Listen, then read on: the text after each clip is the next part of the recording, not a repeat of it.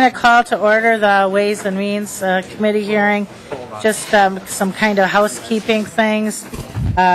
We laid the House bonding bill on the table yesterday. That will not be brought up until after session. In addition, on the agenda are a number of K-12 bills, Garofalo bill, Myra bill, and 2 loon bills. Those will not be until after session. And I think if anybody has any other questions, we're going to try and jump around here a Madam little Chair, bit. on the House bill, will amendments be made available prior to meeting this evening then? Yeah. Okay. Thank you. Does anybody have any questions? We're too short of a quorum, but I think we'll let Representative Davids explain his bill, and here's one too. So I think we can. Are we set? We got Downey and Anderson. Okay. I'm going to officially call the meeting to order. We have a quorum. Mr. Smith will note the roll. The minutes aren't quite ready from yesterday, as you can probably imagine. So, Representative Davids, if you'd like to move your bill. Thank you, Madam Chair. I'll move House File 1972 be passed and sent to the General Register. Thank you. Like to explain your bill and the fiscal note? Thank you. I can see finally that House File 1972 is getting the attention it deserves. House File 1972 allows the Board of Dentistry to grant a guest license to a dentist, dental hygienist, or dental assistant who is currently licensed to practice in another state or jurisdiction of the United States, is currently practicing and will practice in a public health setting. What we're doing here is the dentists in Minnesota here, with the support of groups such as Delta Dental, are putting together some free clinics where they will provide over $1 million worth of free dental care. So what this does is this allows the Board of Dentistry to charge no more than $25 to these dentists that are currently practicing dentists in other United States jurisdictions, and allows them to work at free dental clinics.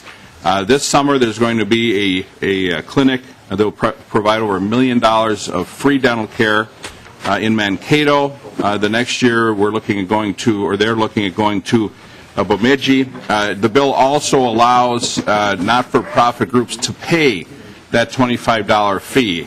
One can understand why the Board of Dentistry would want to charge a fee, but being Minnesota nice, to have a dentist come in, donate their time, I feel it's very important in Minnesota nice to allow a not-for-profit to pay this fee to the Board of Dentistry on behalf of the dentist that's going to be volunteering their time here in Minnesota for giving free dental care. So I know of no opposition. If you look at the note here, it's $275, and the way the bill is worded, what will probably happen is the Minnesota Dental Association will be paying this fee to the Board of Dentistry on behalf of the visiting dentist. All right, members, are there any questions on House File 1972? Representative Reinhardt. Thank you, Madam Chair. I just want to thank Representative Davids for carrying this legislation. It's very important for our area. As he noted, this clinic will take place in the Mankato area, and I've had a number of local dentists ask for support for this bill, and it will provide an opportunity for underserved populations to have access to dental care, which is an area we do less well in than medical care in general. So I appreciate Representative Davids doing this. All right, Representative Champion. Just one question, Representative Davis. I see that it says this particular guest license can be provided for a limited period of time. Is there? Well, how do you define limited period of time? Thank you, Madam Chair. Davids. And Representative Champion, I believe it's 10 days. I believe that to be correct. I'll have to look here. Not to, Madam Chair and Representative Champion, if you go to page 2.27. Yes, that's it. Thank you. And Madam Chair, I would be amiss if I didn't report to the committee that this bill has brought the dentist, the dental hygienist, and Delta Dental together. And so we have achieved peace in the Valley, Madam Chair. Thank you. I guess Mr. Marks would also like to weigh in on your bill as well. Mr. Marks. Madam Chair, members, just to mention, Section 2 of the bill is a correction to the nursing home, or Board of Nursing Home Administrators base. The change is actually on page 5, line 3 and 4, and this is a correction to a reduction in the base for fiscal 15. There was an error in last year's bill. This increases the base by $50,000, but the original cut was an error, and the Health and Human Services Finance Committee added this section to the bill as a way to get this correction in. So. All right. Any additional questions? Seeing none, Representative Davids, if you'll renew your motion. Madam Chair, I move that House File 1972 be passed and sent to the General Register. All those in favor say aye. Aye. Opposed, nay. Motion prevails. Thank you, Chair Davids. Thank you, Madam Chair and members. Representative Torkelson, I understand you have another meeting this morning. Good morning. Good morning. I will move House File 2398 be recommended to pass and referred to the General Register. If you'd like to explain your bill and the fiscal note to the committee, we'd appreciate it. Which number was it again, Madam Chair? 2398. 2398. And what is the bill, Madam Chair? We don't have that number, Madam Chair. 2371. 2731, I'm sorry. Yes, sir. 27. This one's wrong. I have two bills, Madam Chair. Which one would you like? I'm sorry. I will move House File 2731. Thank you, Madam Chair. House File 2731 is the Community Energy Activities Resource Teams bill. It's annual funding that comes to us in bill form and funds these resource teams for another year. The funds Representative are... Torkelson, I am sorry, but we don't have it in our packet. So, not that I can find, unless somebody else has found it. We're going to have to reset here. My information's wrong, so I'm so sorry. As soon you as want we to do can get this straightened 2398? out. Do you have that in your packets? 2458. My understanding that 2731 is being passed out, is that correct?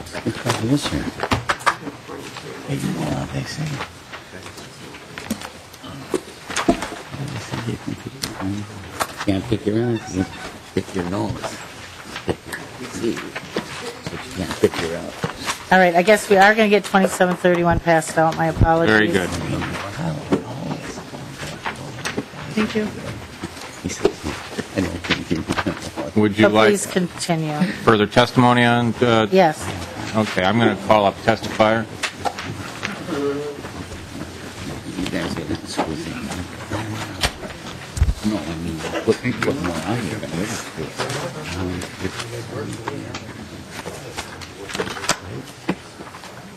He doesn't sign the Constitution. All right, welcome to the committee. If you'll state your name for the record, please. Thank you, Madam Chair. My name is Diana McEwen. I am the Metro CERT Director based at Eureka Recycling. All right, and if my understanding of this is correct, this is an appropriation from an existing grant program to cover your program, which does what? Madam Chair, that is correct. Our program is a statewide program run by a partnership to help communities all over the state get connected to resources to do local, on-the-ground energy, clean energy, including energy efficiency and renewables all around the state. Part of the program and part of the funds from the state help do seed grants all over the state. All right, any questions for the testifier or Representative Torkelson? Seeing none, I will renew my motion that House File 2731 be recommended passed and referred to the General Register. All those in favor say aye. Aye. Opposed, nay. Motion prevails.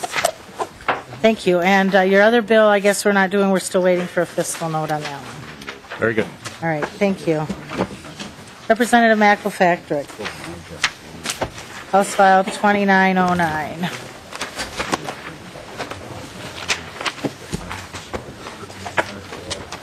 And members, we'll hear this bill and then we'll lay it over for possible inclusion in an omnibus supplemental budget bill.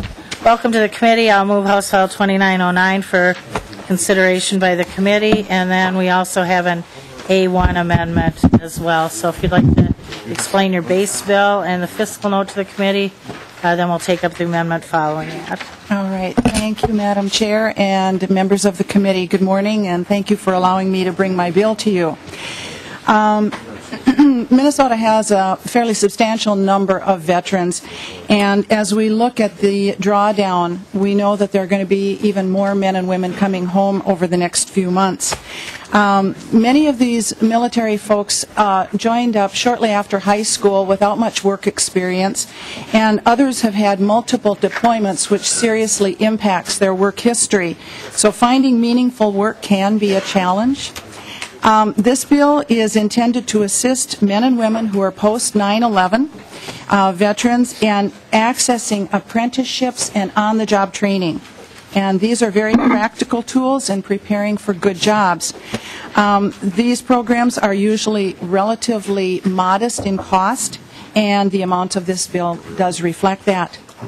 The Commissioners of Veterans Affairs, Deed, and Labor and Industry will determine what constitutes eligible courses and who are eligible employers. The programs must be at least 6 months in duration and prepare the participant for at least entry-level employment. The subsidy to the veteran will be up to a maximum of $2,000 annually and will not exceed $9,000 over a lifetime. The employer will receive $1,000 hiring credit, and that would be followed with an additional $1,000 credit at the conclusion of 12 consecutive months of employment.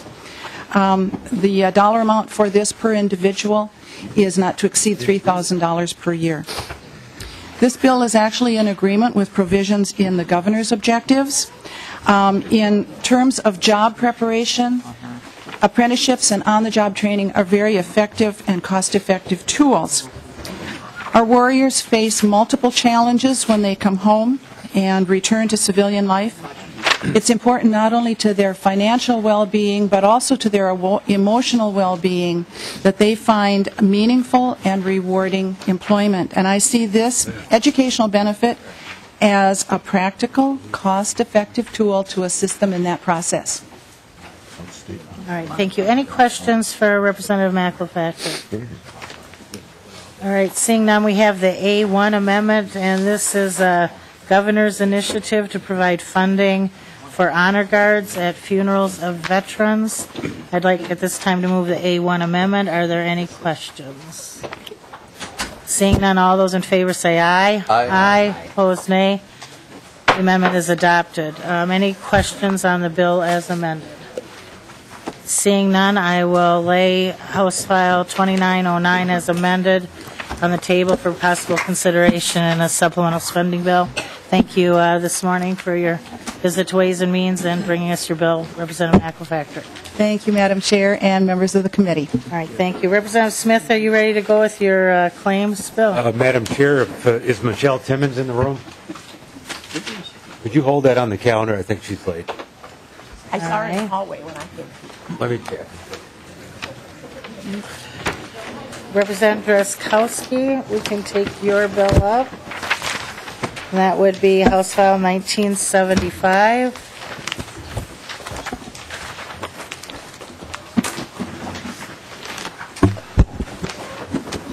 Thank you, Madam Chair. Welcome to the committee. I'll move House File 1975 for consideration by the committee. Thank you, Madam Chair and members. House File 1975 amends Chapter 16C. The bill would allow our executive branch agencies greater latitude in contracting out work within their areas. Right now, 16C limits the ability of our commissioners to make decisions to outsource duties within their agencies by limiting their ability to do so if there are current employees that can do the job or people who have been laid off that can do the job within their particular agency. So this gives really gives no direction to the agency, Madam Chair and members, but gives them more decision-making capability within their agency, more flexibility to either do more contracting, or they can do the same amount of contracting they have in the past. Madam Chair, I understand the reason this bill is here is because of the uncertainty of the fiscal note. The fiscal note did come back with a check in the yes box under state impact. I checked with the gal who reviews the fiscal notes, and she suggested that the fiscal note book says, directs them in MMB when they fill this out, that if they are not certain of what the fiscal impact would be, and they're certain there could be a fiscal, or would be a fiscal impact one way or another, if this was exercised, they should check the box and provide any detail that they can in the narrative. So, Madam Chair, the summary then from them in the narrative is that they did include kind of a scenario where they would have 3 acquisition specialists, but they didn't anticipate exactly how much savings there would be from contracting. So the savings side was not really addressed, Madam Chair. All right, members, are there any questions for Representative Drazkowski? Representative Carlson. Yes, if the author of the bill could explain the source of the bill. I'm told that this is quite controversial, and what you're undoing with this legislation is a compromise that was reached some time ago in terms of putting a priority on current employees doing the work if they were capable of accomplishing that. And so who is requesting the bill? Where does it come from, I guess, is the first question. Representative Drazkowski. Thank you, Madam Chair, and Representative Carlson. Representative Carlson, many of us over the last 2 years have been looking at ways that we can make Minnesota state government to be more efficient and effective.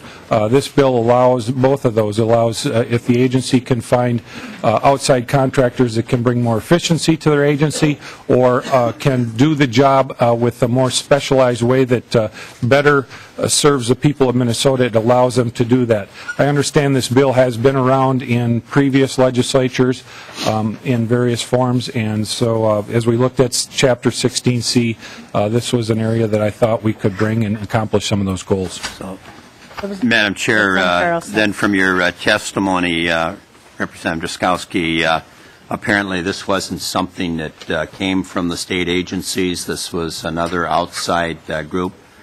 When you mentioned that the bill has been around a while, it's my understanding that what's in law currently was a compromise on this issue, in that you would go first to your current employees, and then if they were not capable of doing the work, you could go to the outside. But what you're now saying is that they could go to the outside and privatize those services. So, members, I would encourage a no vote, because it does undo the compromise that was reached on this issue some time ago. Madam Chair. Representative Drazkowski. Thank you, Madam Chair. If I could add, Representative Carlson, I'm not aware of the characterization of exactly how these limitations being placed on our agencies and their ability to perform those duties have been placed into law. But I can tell you that there was not an outside group or anybody else that brought this bill to me. This was a bill that I put together myself. Representative Carlson. Madam Chair, could I ask for a roll call vote after you're done with the questions? Certainly, roll call being requested.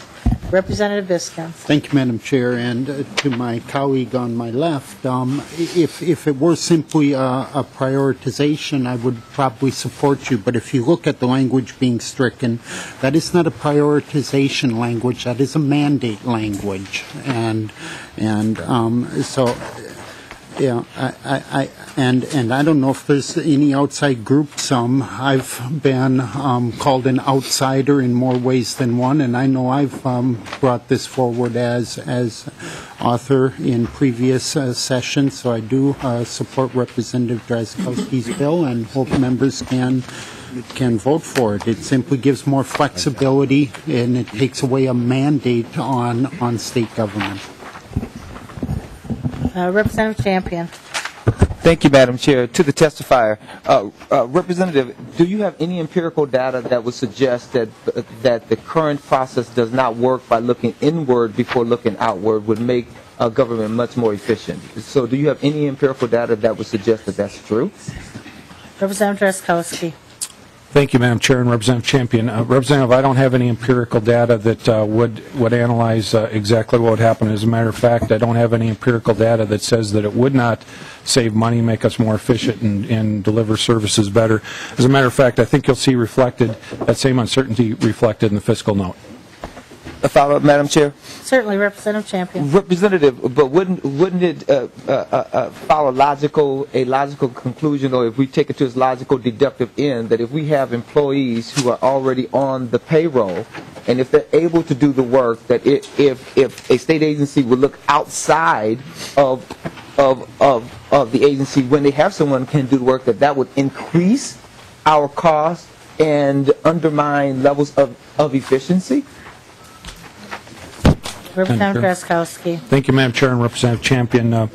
Again, all the bill does is gives the flexibility. I think Representative Biskins outlined it well. There is a mandate or a limitation here placed on the agency heads in law, and what this would do is remove that limitation on them and let them manage their bureaucracy to the most efficient and effective way that they can. That's all this does. Last follow-up, Madam Chair.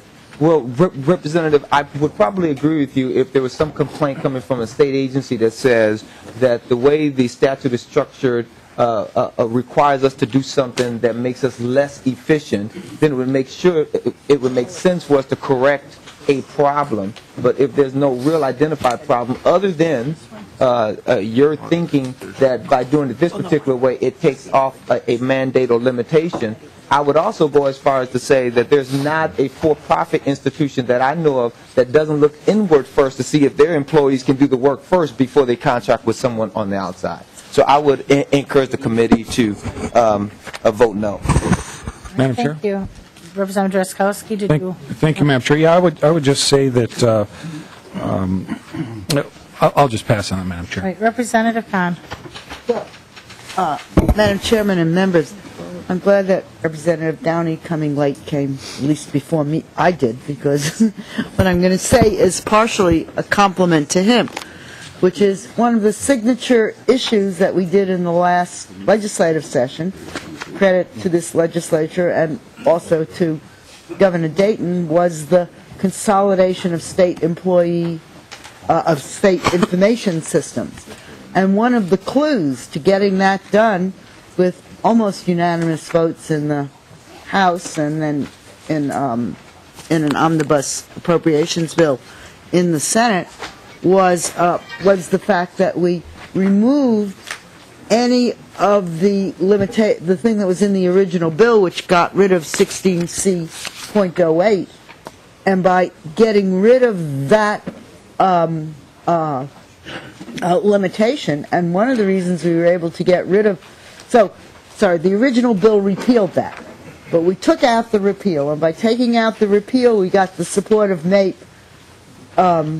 which we had most of the employees involved in that, and because we got the support of MAPE, that helped with obviously my caucus and obviously the governor's office. And the reason I shouldn't speak for Representative Downey, but I will. One of the reasons he agreed was the obvious knowledge that the 16C had not interfered with anything that they were doing. They were able to contract out significant things like the cloud system and so forth. And the fact is, and the reason, and the state employees also agreed that 16C worked well, that it, and that it would continue to work well in the future, because we would probably need people with new skills to work in the improved information systems one. So, the clue to passing that bill, which, as I point out, was the only, was one of the things that was featured in the governor's State of the State speech, and the only two non-retiring legislators who were mentioned in his speech were me and Representative Downey, which caused someone to say if the two of you would shake hands and make a pact to retire, that would probably get cheers throughout the whole the whole legislature. But aside from that, that was a significant thing, and the way it survived is because we didn't do anything to 16C .08. So I would suggest we follow on that road now, not pass this bill, and continue doing good stuff. Thank you. Representative Rucavina. Thank you, Madam Chair. And to my buddy, Representative Biskins, when you said to the colleague on my left, the whole table, look, because everybody's to the left of you at the table, so. But be that as it may. Representative Kiffmeyer even looked at you, so. Anyway, I have to just reinforce what my good friend Representative Carlson said. Representative Drazkowski, this just seems to be kind of another subtle attack on public employees, and I've been around here long enough. Representative Kahn knows also.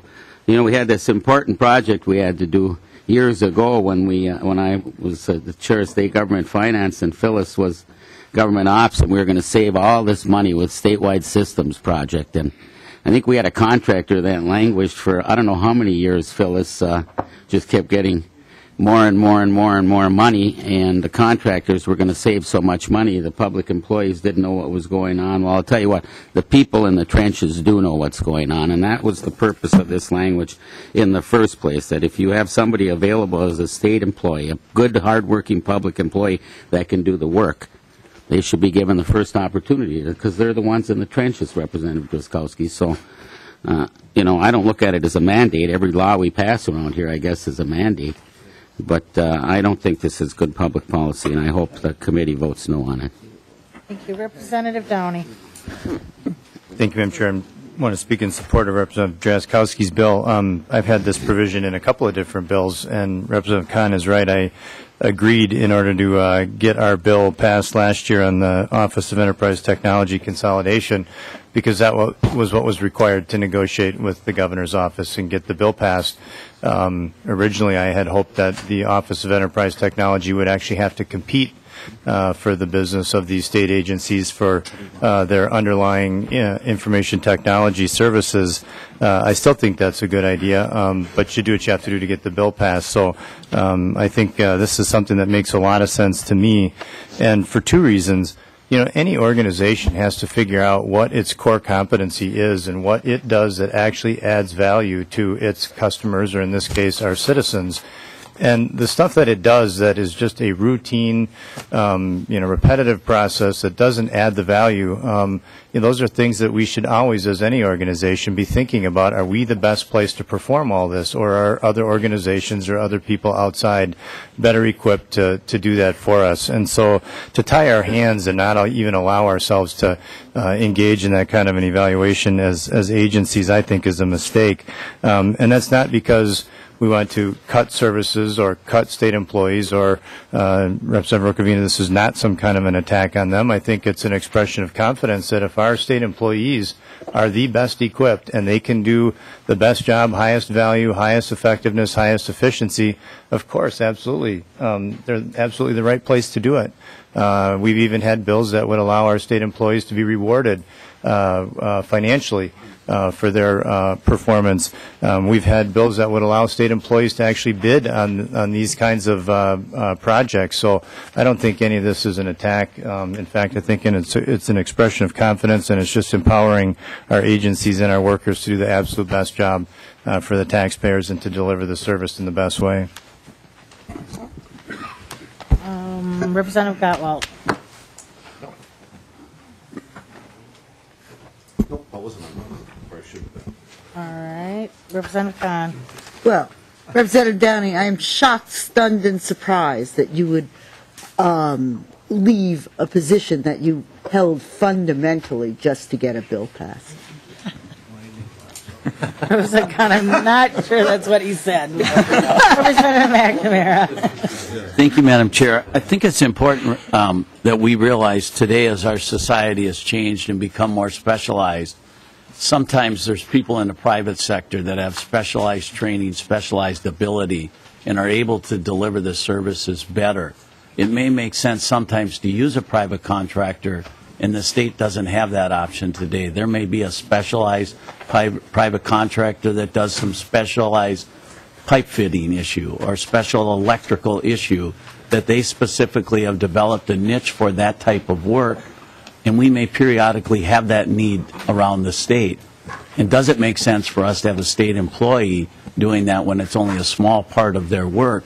Is there an opportunity for us to use the private sector and let them do that work in a more efficient way? And I think that's what this bill is getting at. We have great public sector employees that we need to keep and reward, and we need to work with them, but also recognize there's a role for the private sector to play, and that's changing today. Thank you. Thank you. Any additional comments? Representative Abler. Thank you, Madam Chair. I echo something of what Representative McNamara mentioned, but I also understand this topic from being here for 14 years, and I think that this needs to be discussed. I'm willing to vote for moving it out of here today, but I think that the author needs to work with the administration and some others to get a bill that can get signed. And if it doesn't change, I won't be supporting it on the floor. And so I think the discussion that has been had has been very substantive, and I think the author would do well to entertain the comments from Representative Carlson and others. And I think there's improvements that can be made, but in this area it has to be more incremental for how just to respect the employees we do have that are extremely talented and the capacities they do have. So thank you. Representative Smith. Madam Chair, Representative Abler beat me to it. I'm not convinced this bill is needed. I am going to vote to move it along. I think it needs some more airtime on the floor. I think the author needs to explain to the entire House why this bill is needed when it's my understanding that agencies currently can and do already contract out. So for purposes of today, I'd be a yes vote. All righty. Representative Carlson. Madam Chair, just a reminder here before you vote. If you look at line 1.21, when you talk about there's a possibility that someone on the outside could do the work. The current law that's being struck here says that it would be no current state employee if a state employee is able and available to perform the service. So that's what is being removed. And so the whole discussion here that somehow the state employees couldn't do the work, that would be current law, and that's what you're removing. It's a big move toward the privatization of these jobs, and especially in a situation where the public employees or state employees are capable and available to do the work. So again, I would encourage a no vote when the roll call is called. Thank you. All right, thank you. Any other comments? Seeing none, I'll renew my motion that House File 1975 be recommended passed and referred to the General Register, and Mr. Smith will take the roll. Representative Holberg. Yes. Representative Downey. Yes. Representative Carlson. No. Representative Abler. Yes. Representative Bruce Anderson. Yes. Representative Sarah Anderson. Yes. Representative Beard. Representative Breinert. No. Representative Biskins. Yes. Representative Champion. No. Representative Davids. Yes. Representative Eakin. No. Representative Garofalo. Yes. Representative Gottwalt. Yes. Representative Greiling. No. Representative Gunther. Yes. Representative Hackbarth. Yes. Representative Hamilton. Yes. Representative Hornstein. No. Representative House. Representative Huntley. No. Representative Kahn. No. Representative Kiffmeyer. Yes. Representative Lanning. Yes. Representative Lincheski. No. Representative McNamara. Yes. Representative Nornis. Yes. Representative Pulowski. No. Representative Rukavina. No. Representative Slawick. Representative Smith. Yes. Representative Wagenius. No. Representative Westrom.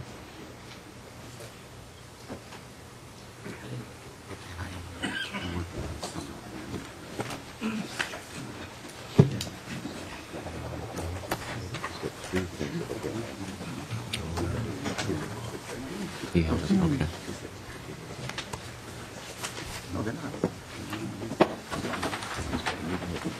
With 17 ayes and 12 nays, the motion prevails. The bill is approved. Thank you, Representative Drazkowski. Thank you, Madam Chairman. Representative Scott.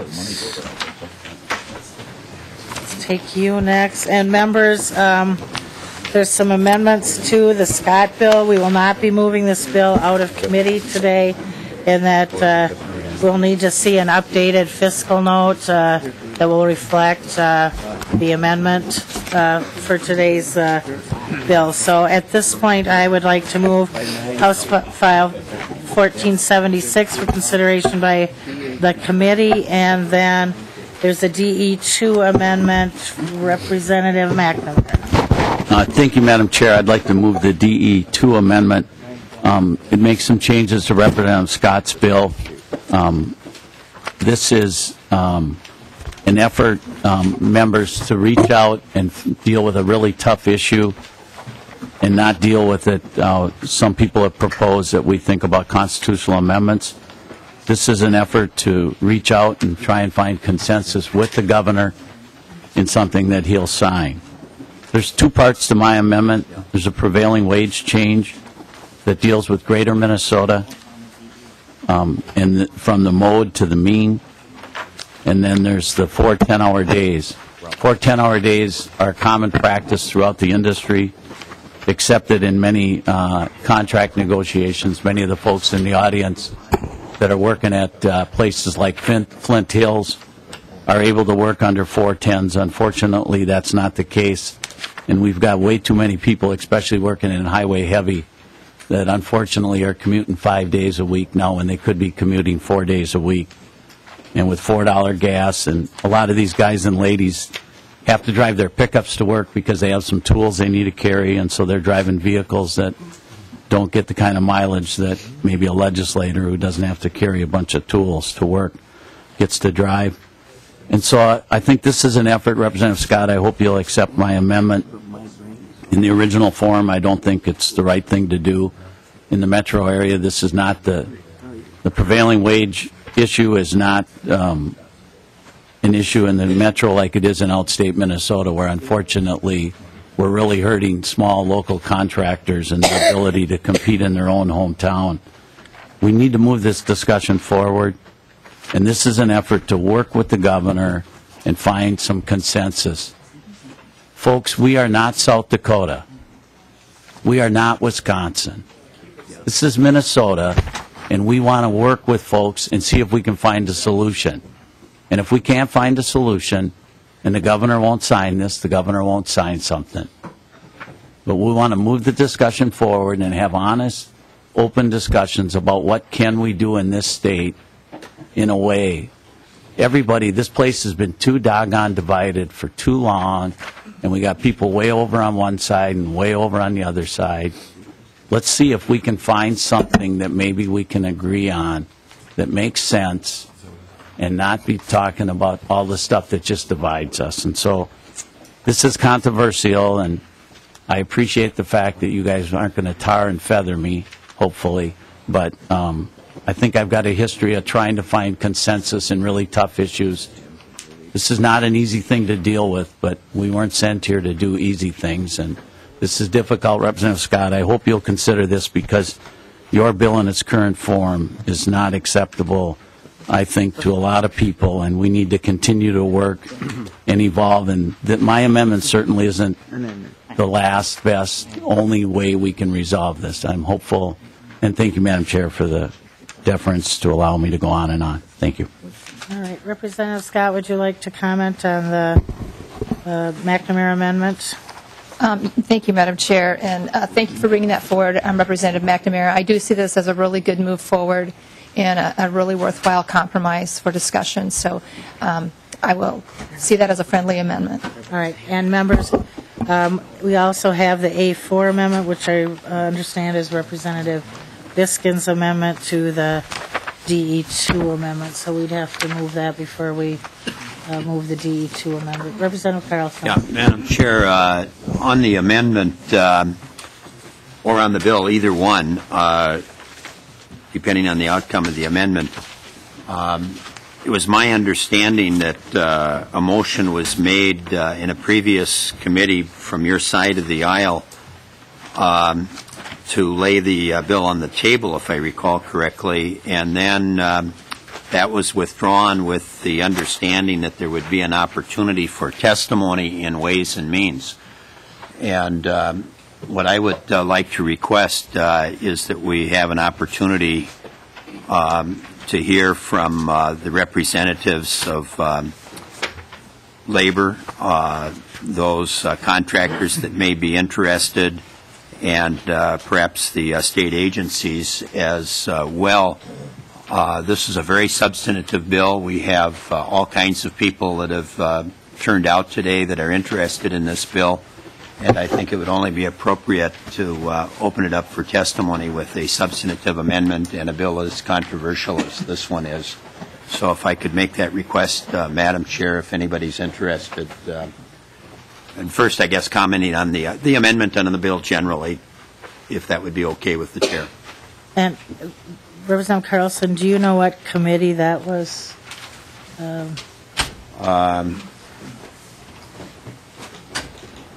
It was in the Jobs Committee.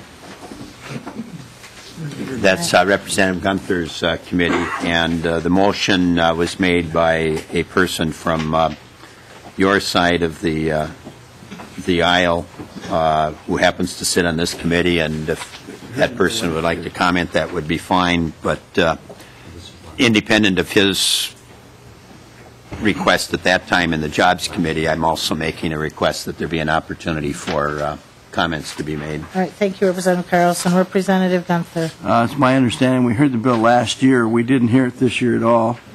And it's my understanding that it passed last year. It wasn't laid over. No, there was a motion to lay it over. Is that, ask the author if that's correct. Okay. Madam Representative Carlson. Just to correct that, a motion was made, as I said, to lay it over, or lay it on the table, and was made. That was withdrawn by the maker of the motion with the understanding that there would be an opportunity to have testimony in Ways and Means. So you are correct, it did pass, but the person involved withdrew the motion with that understanding. All right. Representative Scott, do you want to add any comments to this discussion? Thank you, Madam Chair. I honestly don't recall what arrangements might have been made. I know that it passed out of the committee, but I honestly do not remember if there were stipulations that went with that. All right. And I did go back and listen to that tape, so. All right, Representative Biscuit.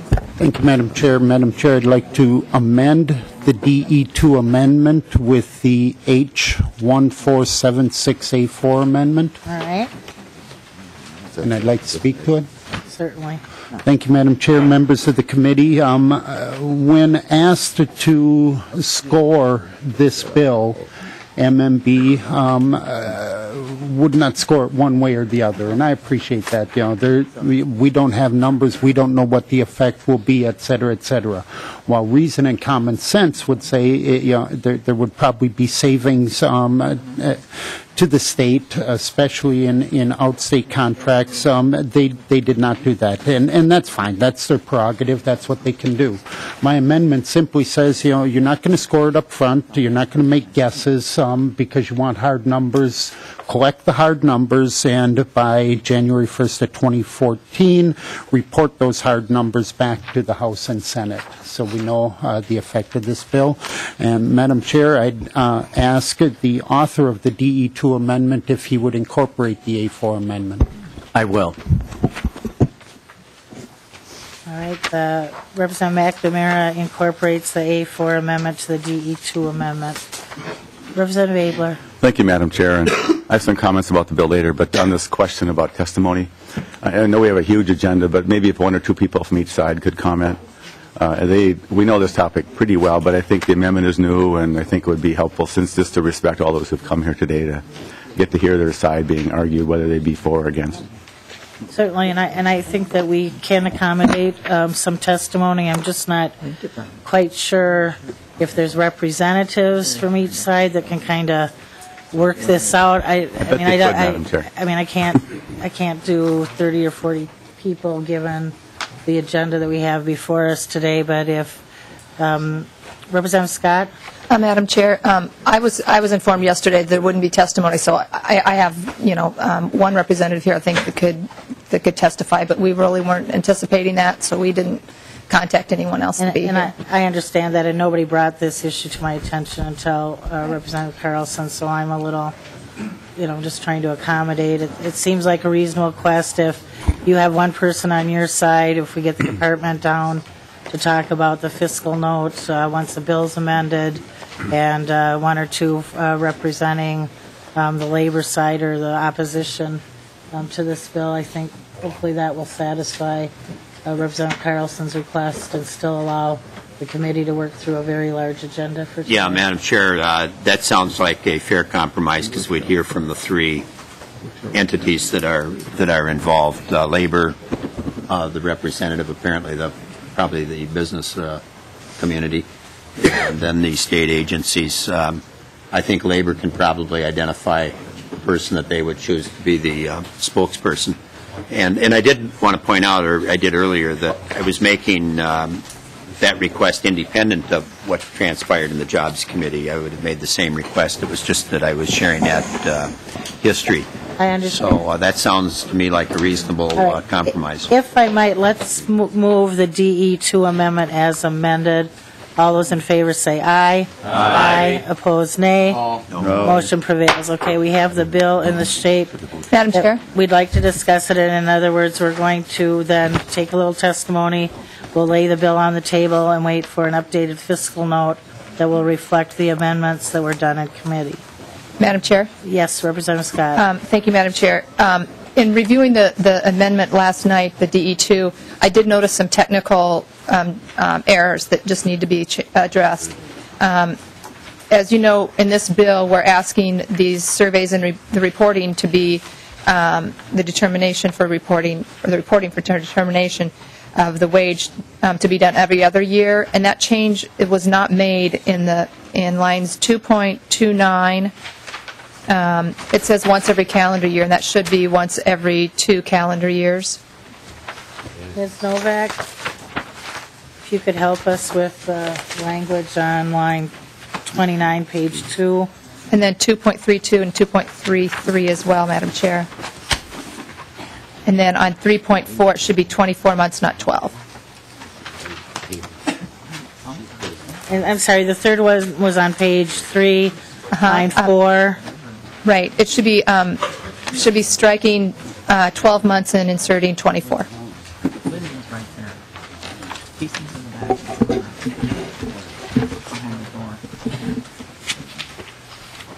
All right.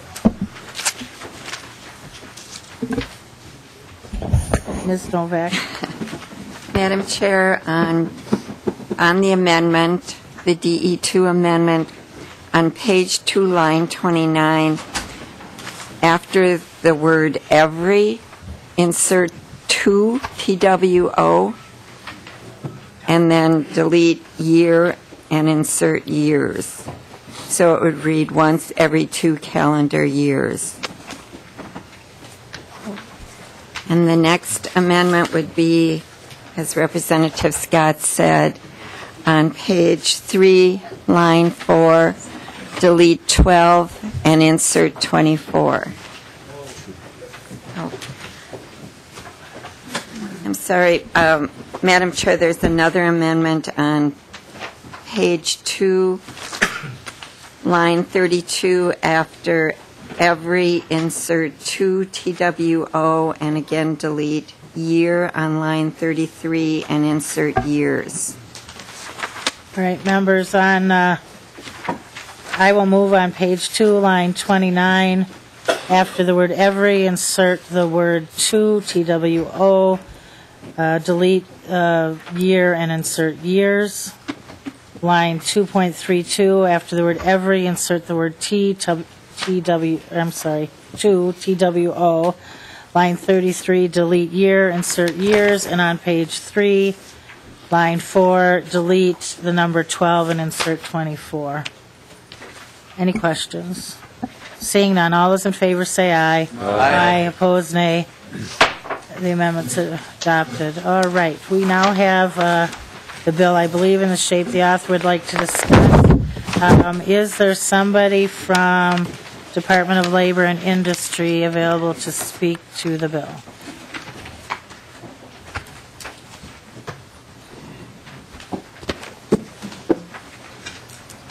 Good morning. Welcome to the committee. If you'll state your name for the record, please. Good morning. My name is John Drazkowski. I'm with the Department of Labor and Industry. And since Ways and Means usually doesn't take testimony, I'm not sure what your protocol would be. Right. The fiscal note that we have in front of us, of course, now is to a different version and was dated 5/12/11. And so in reviewing the fiscal note, some of the issues that were raised is what years you actually do the salary survey and how you would make the computations. And with the bill as it's amended with an effective date in January, are you doing wage surveys in 11? How does it fit into your cycle of determining prevailing wage? We understand that some of the components of the fiscal note would probably stay the same. In other words, your need to recalibrate a computer program, et cetera. But how does a year change how we fit into your natural schedule of wage survey? Madam Chair, members of the committee, the average cost of the annual survey is about $66,000. And it's done, this is the time of year we're doing it, just before the construction season. The prevailing concern, if you don't mind me using that term, is that we would need to have two sets of survey data now with this amendment, metro and non-metro. And the Commissioner, when we talked about this yesterday, his concern is about the definition of non-metro county. I don't believe it's in statute. Mr. Drazkowski, I believe it is because we have the Met Council and all kinds of things that are only the 7 counties. So it's used frequently in statute to treat different areas differently. So. Well, then the Commissioner, Madam Chair, would be more concerned about the cost of running 2 survey systems and the cost of setting up the computer system for that.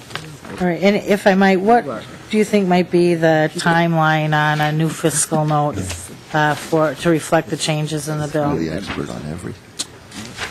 The way we've been turning them around, Madam Chair, I would think you would have it first part of next week. All right, thank you. Representative McNamara. Thank you, Madam Chair, and thank you, Mr. Drazkowski, for coming forward. I just wanted to clarify, prevailing wage rate data is now collected by county, correct? Madam Chair, Representative McNamara, that is correct, sir. All 87 counties. The law, it's not required that they report, and in some years we have what are called empty rates, where there wasn't enough reporting or not any reporting at all, and so that county becomes a vacant rate county. And in order to set a rate for that county, then you go to the next adjacent county. Representative McNamara. Thank you, Madam Chair. And currently you have different rates in the metro and potentially in other counties. Sometimes Duluth rate may be the same or Rochester could be the same, but you actually currently ask the contractors to reply back to you by the work they do in the separate counties, so you already get the rates for the different counties. Why would this ask you to do anything different? You already have different rates for different counties. This is not asking you to change that. This would be continuing your investigation. It would ask you to punch in the numbers instead of take the most common number, the average number. This is not, this should, Mr. Drazkowski, I don't understand why you would say there's a fiscal note involved in this, because you're already doing all this work. Madam Chair, Representative McNamara, you're correct. It isn't that we'd have to maintain 2 separate mean and mode. You're correct. I stand corrected. But in order to then set the prevailing wage rates, the computer system would need to be upgraded. Representative McNamara.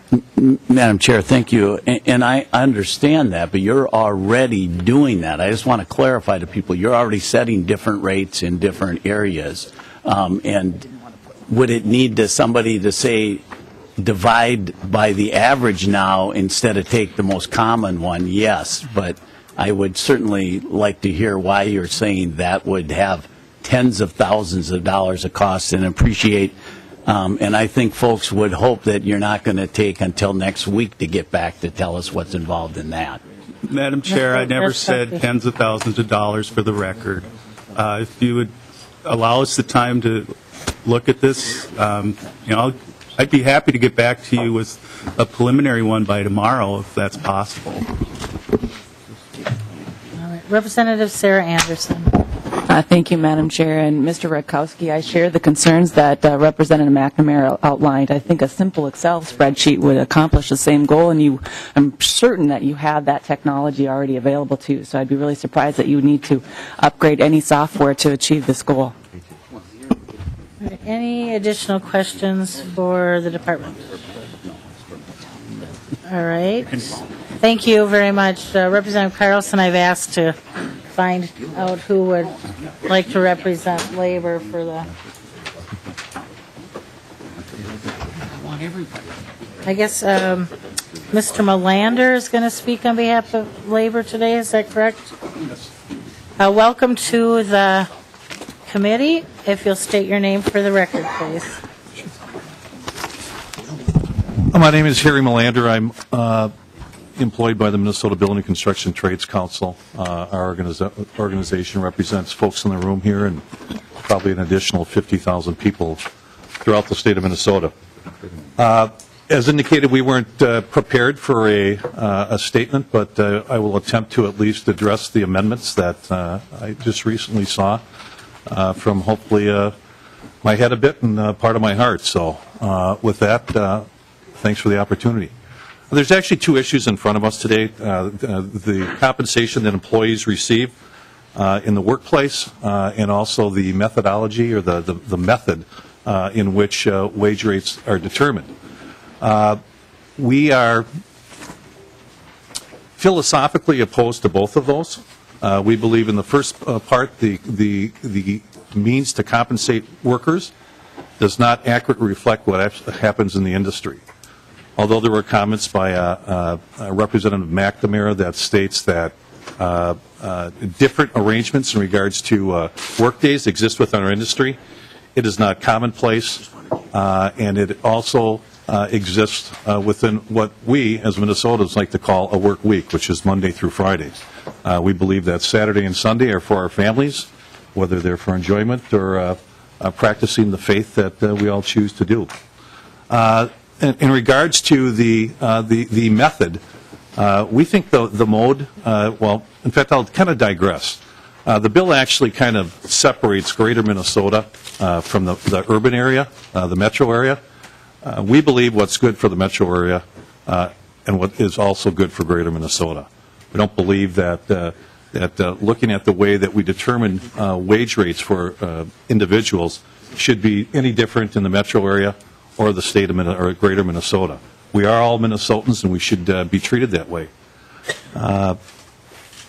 Also, we believe that what's being presented here today accurately doesn't reflect what happens in the industry, and also the impact that it's going to have on workers is going to be significant. This bill, whether you look at the 410s or especially if you look at the method that's used to determine those wage rates, workers in Minnesota take a pay cut. In some instances, a 10% wage cut. In others, it can be 20 to 30%. There is a huge impact in regards to the way that people's wages are figured, going from the established mode to a new method or recommendation called the mean. We also think that by some of the numbers that I have here, that we are the private sector. I mean, I'll say, and I say this respectfully, the community or the party that believes that the private sector should drive this industry and drive this state, that's who we are. We pay for our own health insurance, we pay for our own pensions, we pay for our own schooling. We set the standards.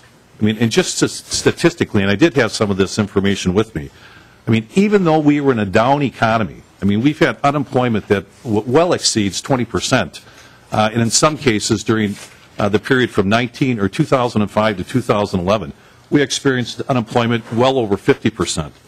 But even in these slow times, our industry brought $13 billion worth of wages into the economy in Minnesota. I don't believe that other organizations can say that. We have close to 4,500 contractors in all different areas, whether it's highway, heavy, commercial, and residential. I mean, we believe that we are the private sector. You know, I'm not sure, and if I may, Madam Chair, ask a question. I'm not sure how many people on the committee actually have worked in the construction industry, but I just kind of would like to maybe, if you could, just kind of a show of hands to have an understanding of the group that I'm speaking with. I did, Harry.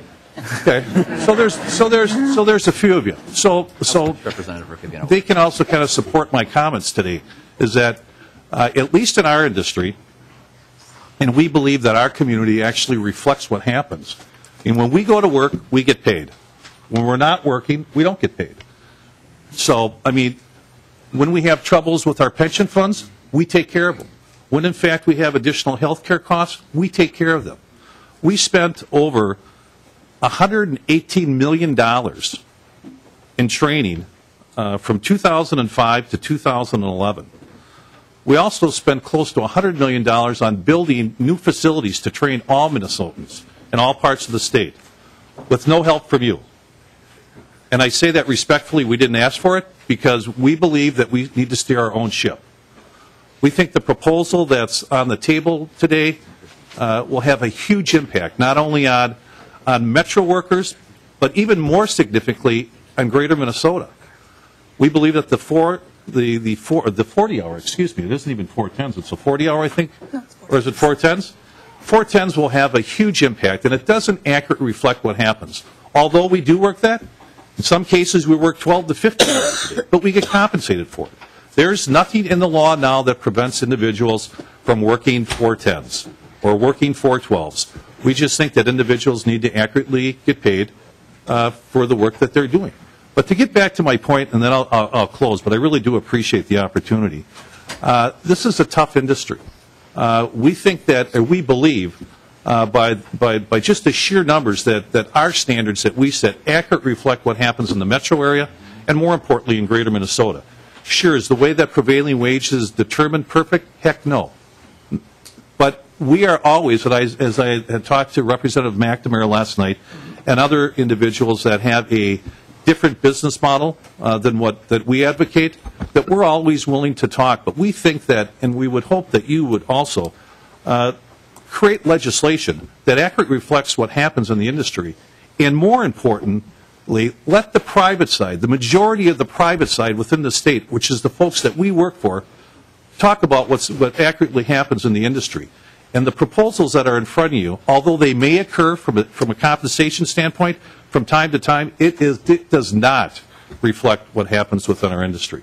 So with that, and I just appreciate the opportunity to comment, Chair, and if there's any questions, I'll attempt to answer them. Thank you. Representative Garofalo, is your question, yes, comment for the testifier? Thank you, Madam Chair. And to the testifier, my questions are about subdivision 4, the delete all amendment. This is the 8 versus 10 hour discussion, and you kind of elaborated on this, but the feedback I've gotten from the workers in my district is that they are actually very supportive of the ability to have the flexibility to negotiate this, and that right now in state statute we don't like this. And I cue off my brother, who's a sprinkler fitter, and he had the best line. He said, you got to be stubborn as hell to be against a 3-day weekend.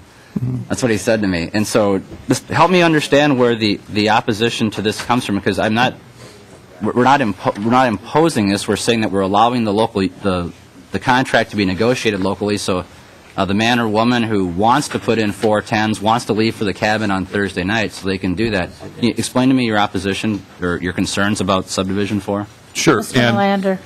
Chair, Representative, and I'll attempt to answer the question, not in regards to the way that it's presented within the amendment, but just the whole idea of the way that individuals are compensated, which I think we'll get to your point, is that As I stated earlier, we do work more than 8 hours a day.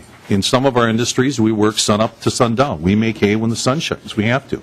We live in a climate here that creates that environment. Do people want to have a 3-day weekend? Heck yes. But the reality of it, that's not going to happen. The first thing is that if, in fact, from where we are today versus where we want to go, individuals in Minnesota will take a pay cut. Because when you're compensated at 8 hours a day and then at a premium pay for time and a half, there will be a pay cut. And I think everyone, I am not a math major, but I think that we all understand that that will be a pay cut. Now, to Representative, through the chair of the representative, would we like to be able to work 410s? Sure, and we can right now, and we're compensated. What happens, and I believe that we commented in the Senate side in regards to this, because there was a proposal that we had an opportunity to speak to this year. And the reality is, when you look at those contractors, within the different industries, and there are some industries where individuals work greater period of times, but there's also periods or industries where it's very commonplace because of the nature of the work to have a typical 8-hour workday. The other challenge that we have with regards to the 4-10-hour day is even though there are some good contractors that aren't part of our business model or our community, but there's a heck of a lot of them that aren't that way, and they will take this law and not allow us to have our weekends, not allow us to spend time, in our chosen place of faith. But saying that, we are always willing to have conversations with folks to have legislation that folks are looking at accurately reflect what's happening in the industry. Madam Chair, just a comment. Representative Garofalo. Just to the testifier, is that when I look at this, I respect the fact that there are some cases where workers would say, if you're going to have me work a 4-day work week at 410s, I want to be paid more, and I respect that. But there are also workers out there who would say, given the choice of 5/8 or 410s, I want 410s. That there's a quality of life issue, particularly in the summer. And if this bill were to sit here and mandate and say you cannot pay, or we would force contractors to not pay overtime in excess of 8 hours, I would oppose that. What this bill is saying is that we're giving the flexibility to recognize those two different situations. And I think the workers in my district have told me they want this as an option. Again, the state is not, the amendment is not taking that power away. It is simply empowering the local units to make that choice. Certainly there are some units that would prefer 5/8.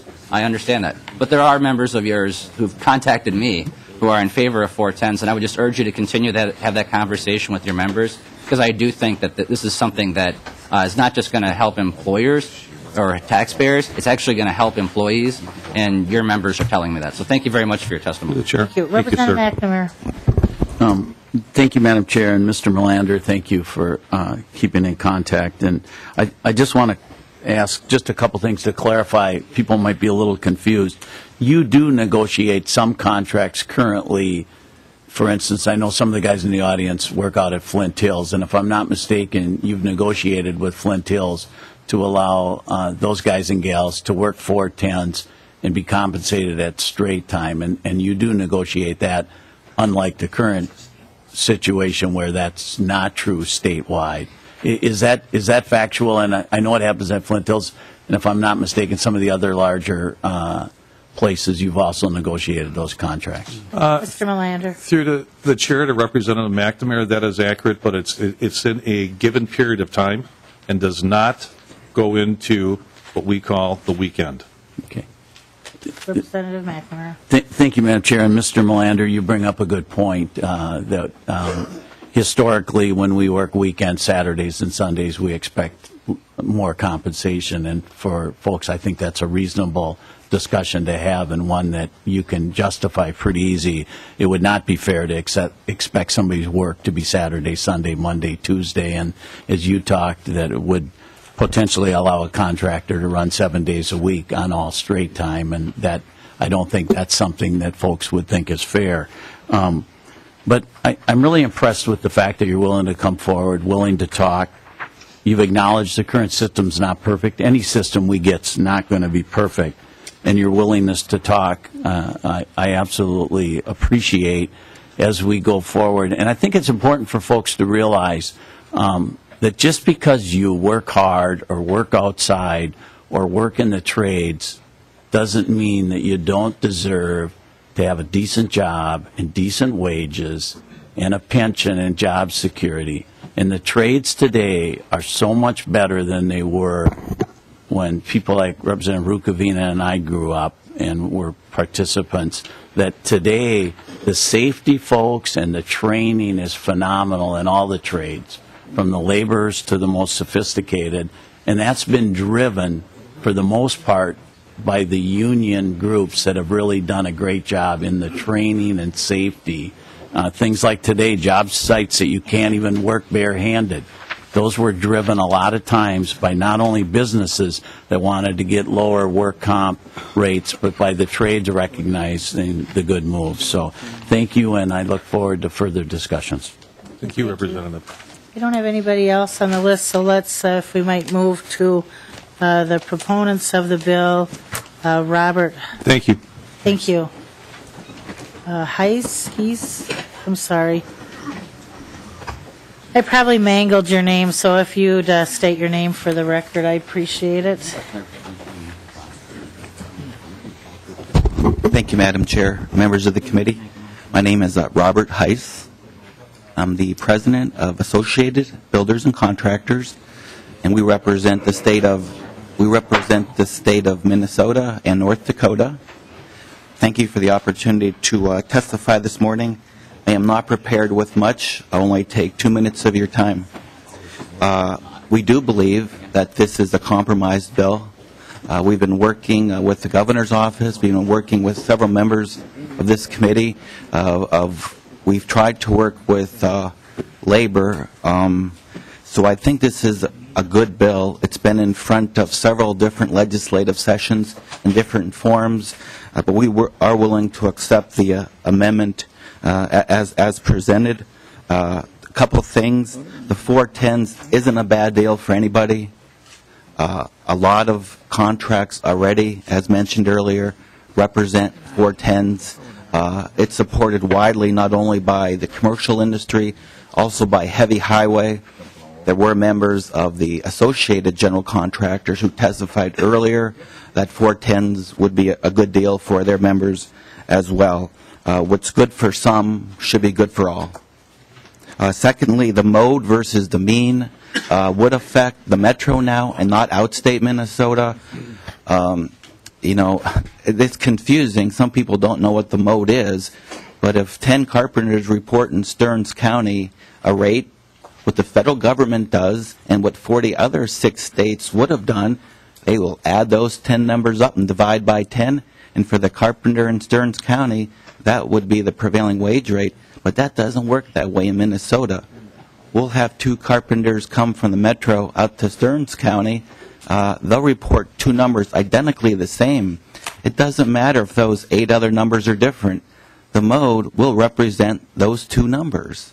And we think that's a little unfair, and sometimes it skews the mean, and oftentimes it can drive up the cost of a construction project by as much as 10%.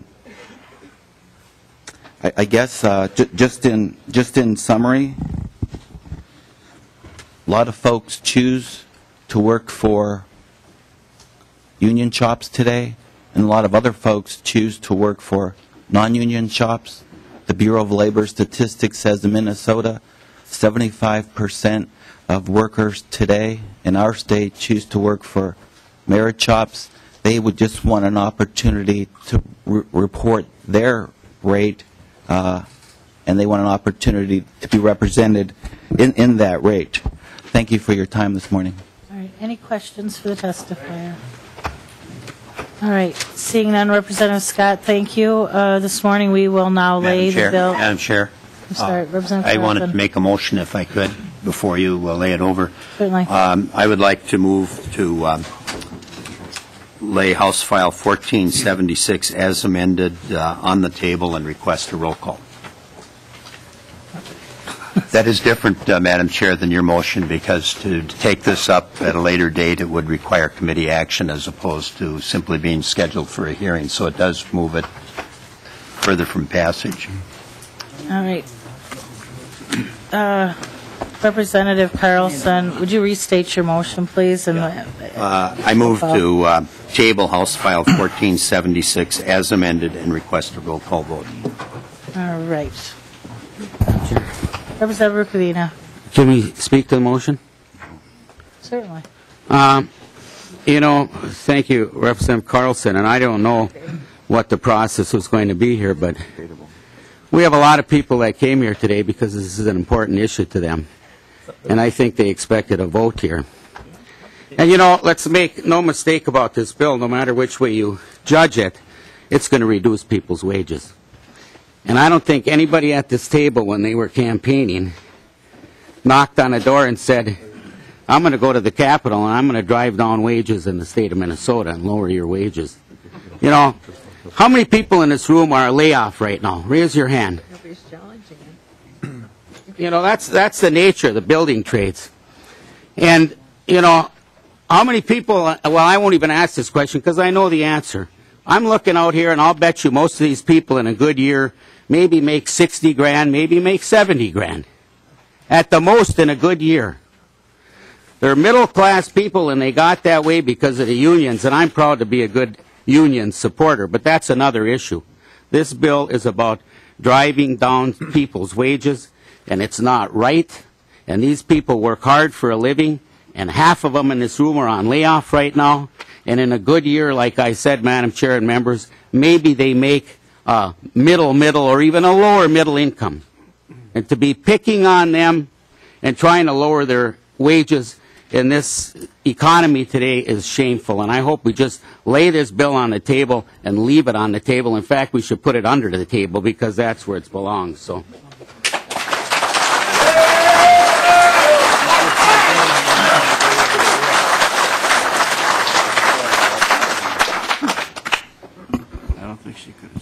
Representative Biskins. Thank you, Madam Chair. Madam Chair, if you notice the hands that were raised in the audience, they were raised under the current law and current conditions. Obviously, they're not working. We should be looking for something else.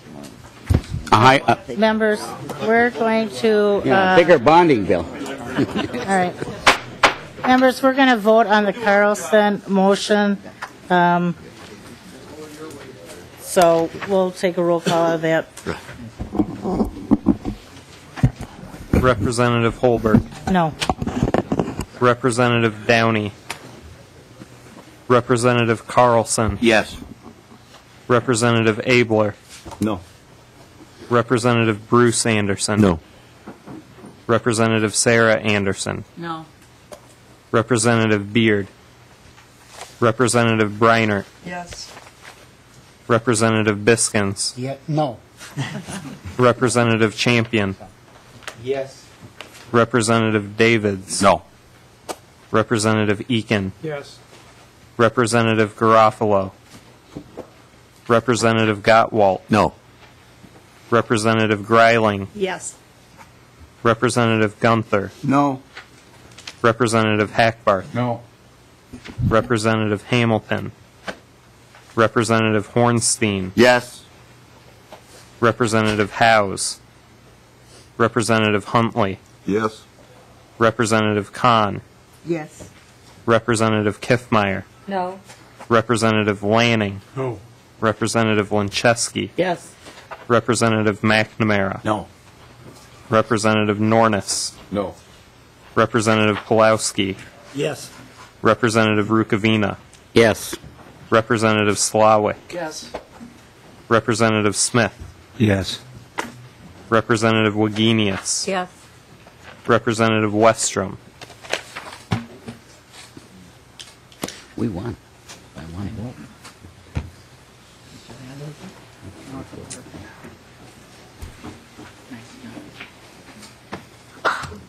It's hard to form later. Now they need even more votes to take it out. Next time. By a vote of 14-13, Carlson amendment prevails. The bill's on the table. Representative Smith, you're next. Madam Chair, the reviser is not here, but I'm willing to proceed. All right. Pardon me? All right.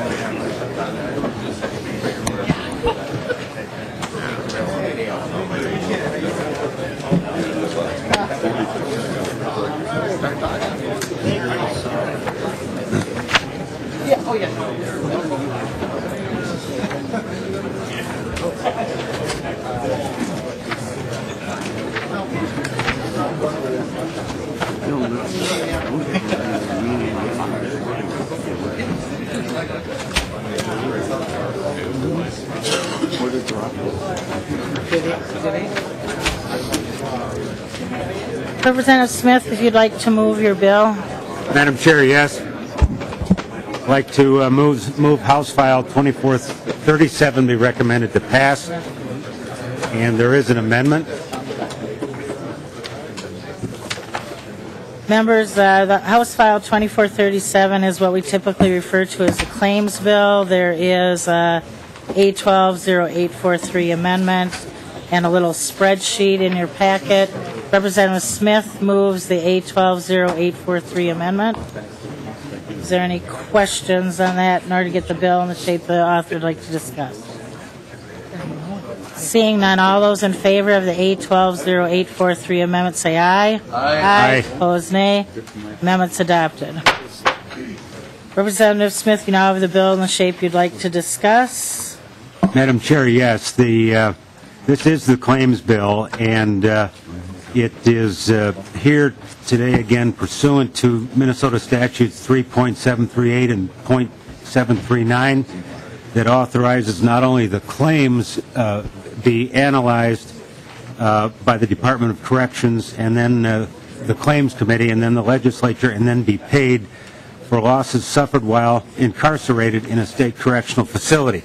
Very briefly, if you look at the amendment, the following claims are addressed and recommended to be paid. The sum of $3,206.79 to reimburse the Department of Corrections for claims under $500 paid between March of 11 and March 14th of 2012 for injuries under Community Work Service or Sentence to Service programs. The following items in the amended bill include the following specific claims. $3,000 to an individual named in the bill and an additional $2,268 and some cents to medical providers due to a slip and fall while she was on STS in St. Louis County, resulting in an ankle fracture, 4% permanency rating.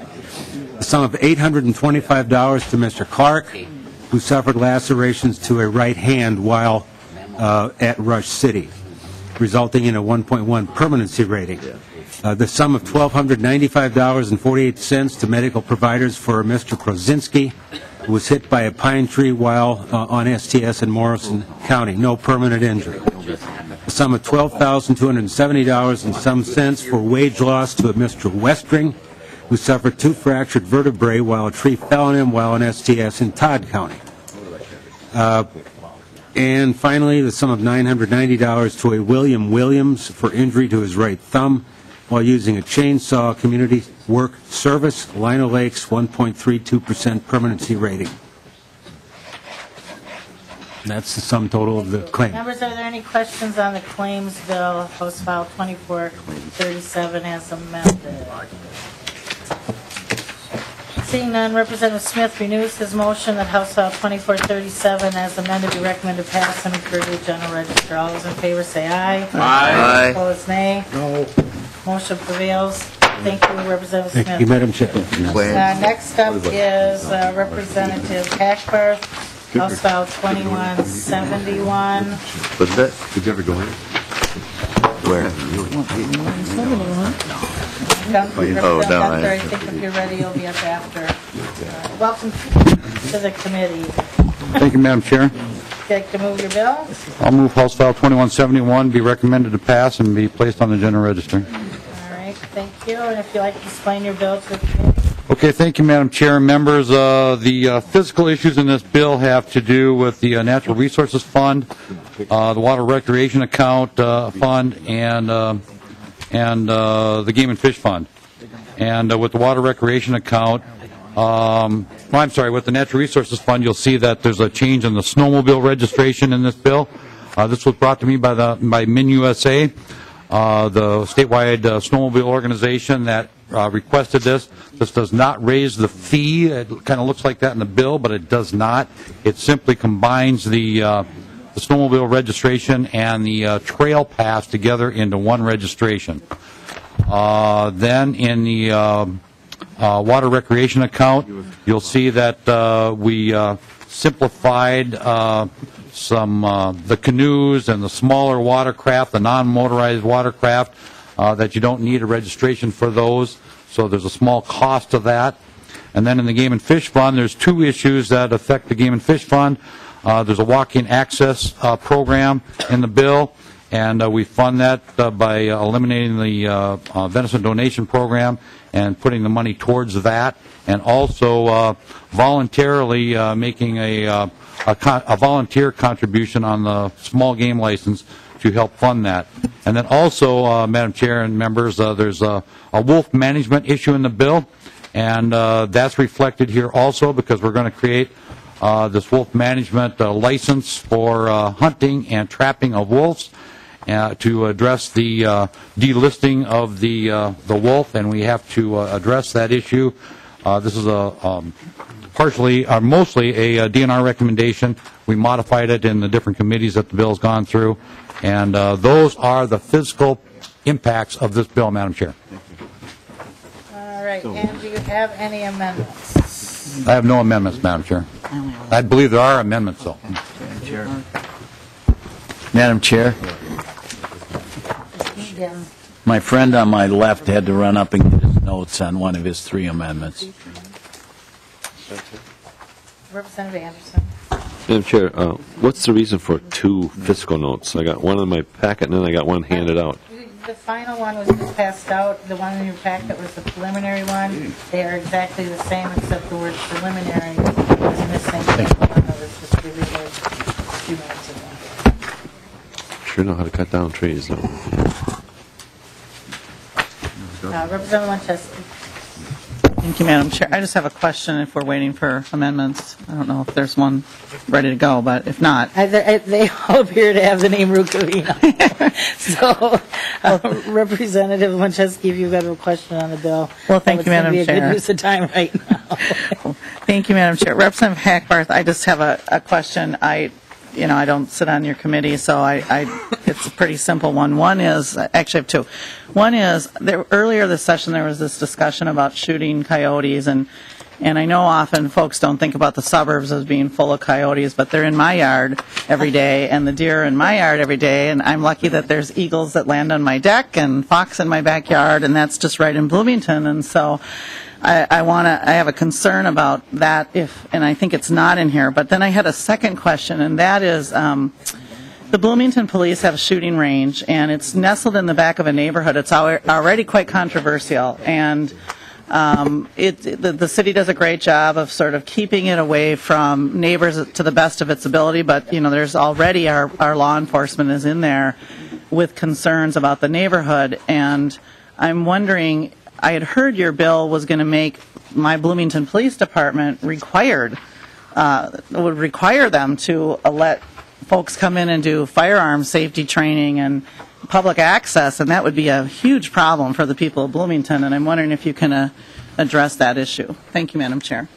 Representative Hackbarth. Thank you, Madam Chair, and Representative Luncheski. I'd be happy to. There's been a number of shooting ranges that have been built with public money. And all this bill says is that certified firearms instructors that are training our youth in the use of firearms have a facility to go to do the final test, the hands-on testing with 22s.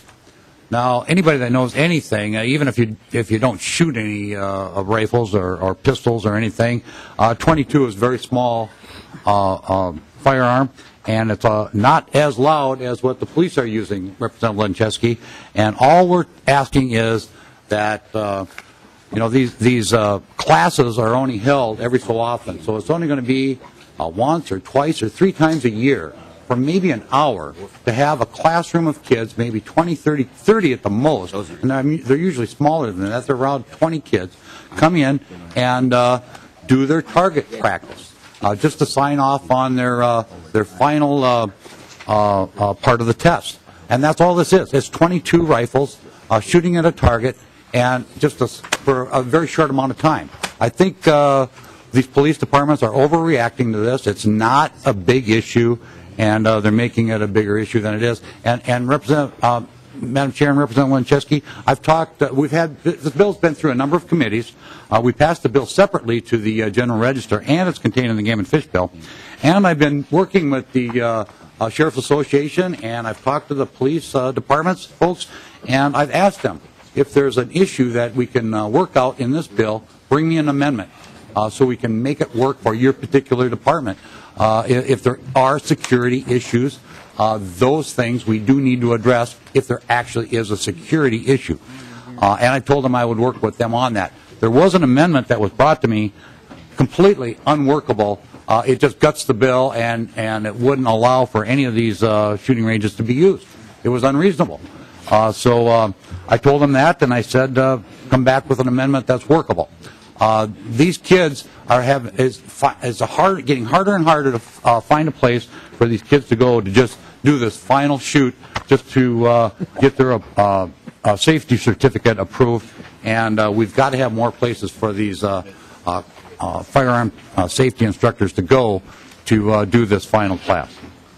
Representative Drazkowski. Well, thank you, Madam Chair. Well, Representative Hackbarth, I understand you're looking for a place for youth who would like to shoot firearms, have a place to go do that. Members, I hope, Representative Hackbarth, you'll consider taking this out. I received a letter from my Bloomington City Council and the Bloomington Police that they adamantly oppose this provision. I thought it was out. And members, I'd just like to put you in the place of the communities who are dealing with this issue. I know a lot of rural members get the state legislature to pay for their facilities, but for those of us in communities like mine, my taxpayers paid for that. The state of Minnesota didn't give them a bonding bill so they could have a firearms facility. I paid increased property taxes for that.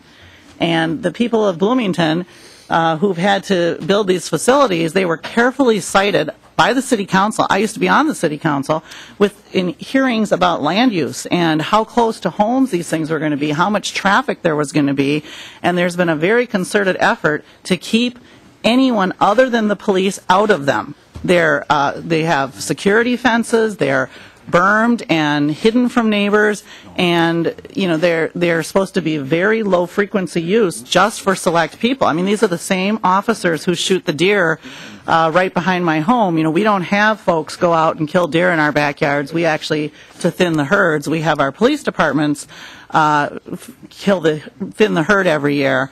And we have some cars too, yes.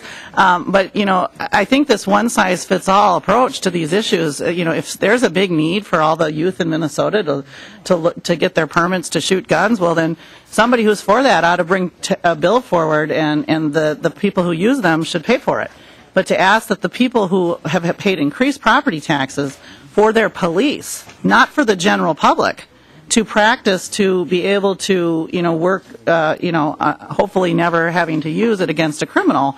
These facilities are not designed for garden variety gun enthusiasts. They are designed for the police department and just that.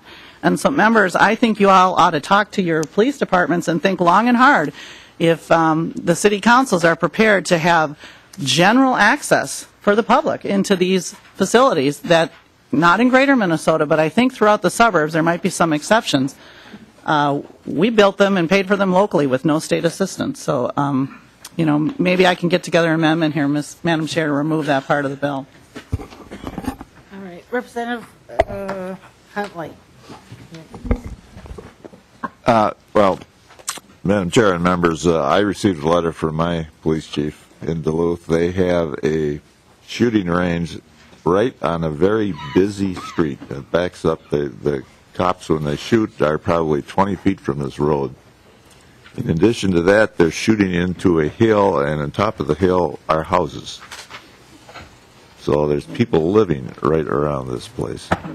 And they don't want to have to monitor. They would have to be there when these kids are there just to make sure that anything happens. They don't want it.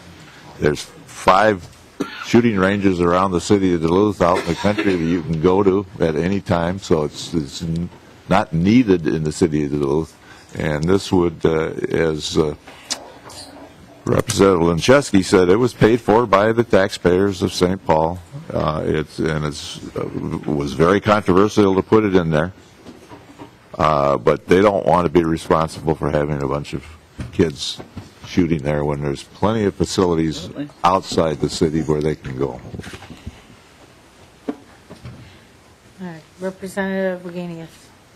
Thank you, Madam Chair. On the same note, this fiscal note says that fiscal impact local, and there is none, and that is contrary to the testimony on the shooting ranges. I do not have Ramsey County, but I got a letter from them yesterday adamantly opposing this bill for the same reasons that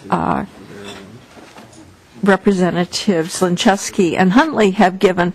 Plus, they said that they have an arsenal in their shooting range, and to bring on the extra security to allow anybody into the building would be extraordinarily expensive. They were adamantly opposed. I think they share the same concerns with this additional concern of having an arsenal. So there is a local fiscal impact besides this being opposed by local units of government. But I want to bring up another issue, if I could, Madam Chair, on the page 9 of the fiscal note. Representative Hackbarth talked about the walk-in program that he is establishing in this bill and said it's paid for by a donation. That's just not correct. The walk-in access program is estimated to cost $500,000 a year to administer it, and that's on page 9. And the revenue will never be projected to come in from a donation to make $500,000 a year. So we are creating in this bill a new program without the money to pay for it. Representative Hackbarth. Well, Madam Chair, I can speak to that. Representative Wagenius, I didn't state it quite that way. The walk-in access program is here, and we did establish the walk-in access program with some federal money a couple of years ago, and it is in existence now, and it is continuing to be funding now with the federal dollars that are still available.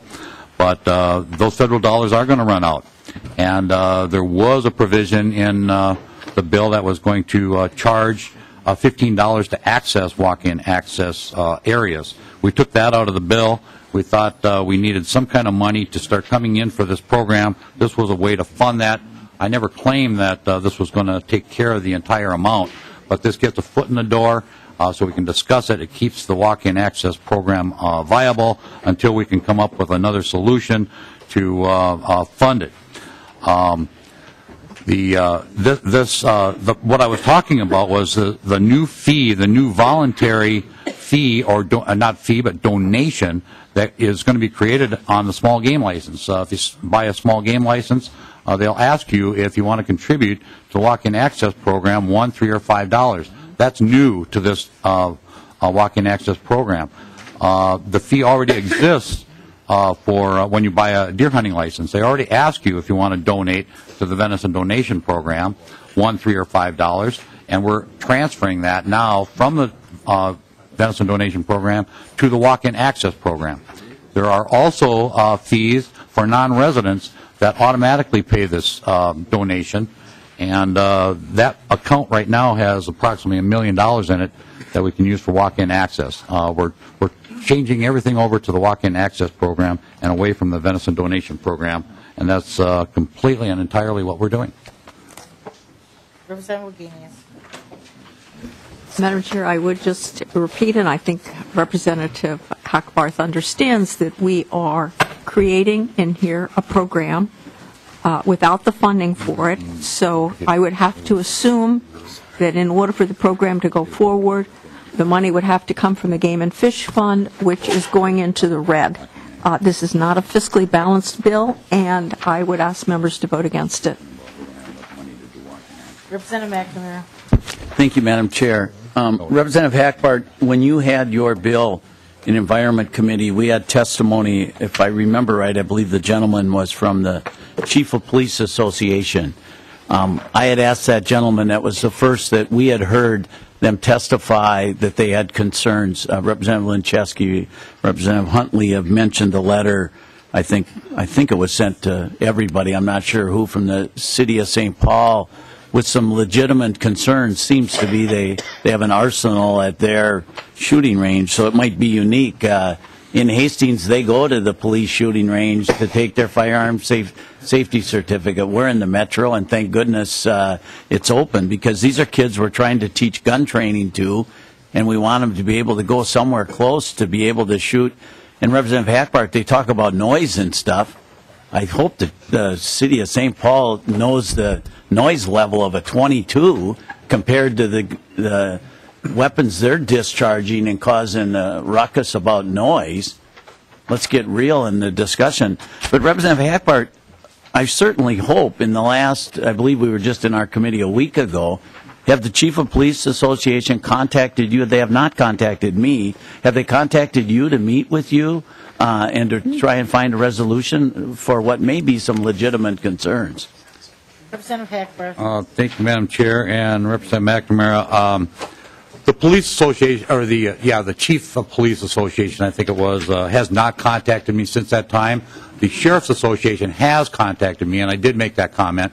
They did contact me, and they did bring me an amendment that was completely unworkable, and I told them that, and they understood that, and I asked them to go back and work on an amendment that if they have security issues where they absolutely can't let anybody in there, I'm willing to address that if it's workable. Not something that's going to be a blanket exemption for everybody to keep everything closed, otherwise there's no sense in doing the bill or the language. So the Sheriff's Association now said that they were going to go back and work on that, and they haven't contacted me yet on that, but the Chief of Police Association has not been back to me, no. And, Madam Chair, real quick follow-up. Representative Huntley made a good point about in Duluth. He said there's 5 ranges within a couple of miles. I would hope if they know that kind of stuff, we could bring that forward, and maybe we can work on an amendment that does address some of the concerns. Thank you. Representative Rukavina, we've got 3 amendments with your name on it. If you would like to move any of those. Well, Madam Chair, let me... Excuse me. I talked to Representative Hackbarth about the amendments. I had bills in for, I believe, the 65 and older deer baiting bill. And, you know, for 26 years I've been trying to get deer baiting here, and I always fail, and people bring up Bambi and everything else. But the matter is, members, that and maybe Mr. Myers can correct me if I'm wrong, but the DNR pays farmers to grow corn and feed deer, and then if I'm not mistaken, I'll correct me if I'm wrong again, the farmers get to shoot the deer eating their corn. Well, we don't have any cornfields up in northeastern Minnesota. We just got a lot of trees, and I think there was a recent court case even where somebody threw out some old garden produce, pumpkins, and I think they got found innocent in court, if I'm not mistaken. So all this says is if you're 65 years and older, you get to bait deer, which is currently paid for by the DNR in certain situations. So I'd appreciate a yes vote, I think.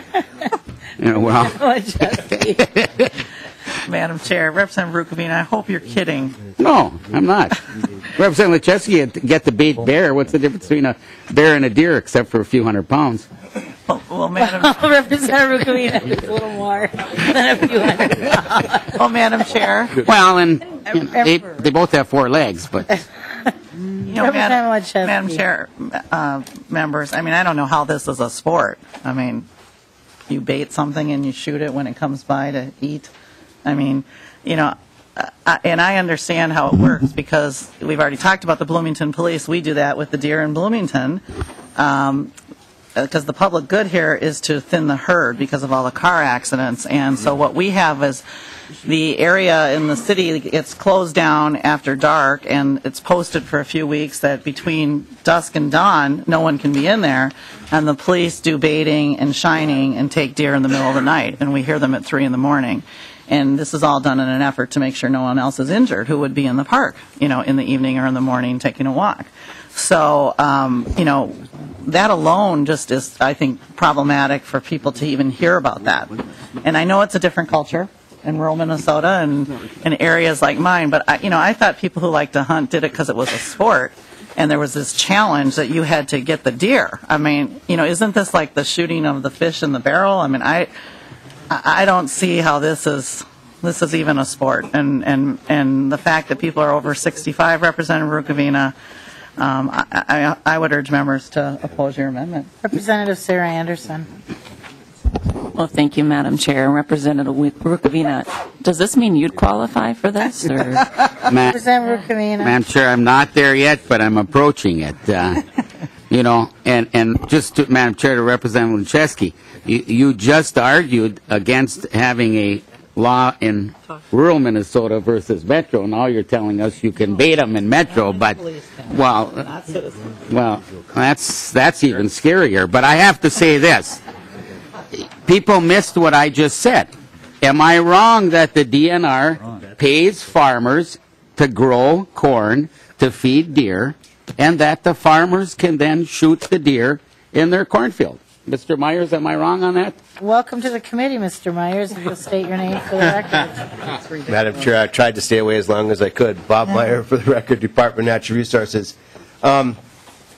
The language in the amendment, I'm sorry, Mr. Representative Rukavina, could you repeat your question? He's wondering, if I might, to speed things up here, Please. whether or not DNR pays farmers to grow corn so the deer can eat the corn so the farmers can shoot them. Well, no, that was a little different wording than I used. Madam Chair, the question, Mr. Myers, is do you pay farmers to grow corn to help the deer herds grow, and then can that farmer shoot a deer in his cornfield?